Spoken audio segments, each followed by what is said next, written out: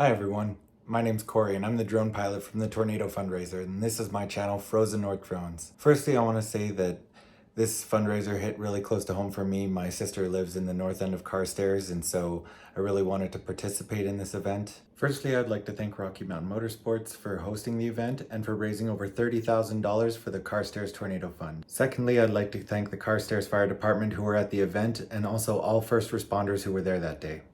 Thank you for taking the time to watch my video. If you could like and subscribe, it's one of the best ways you can support what I do. Thanks. Also, all still photography was provided by DS Photography. What we do here is go back.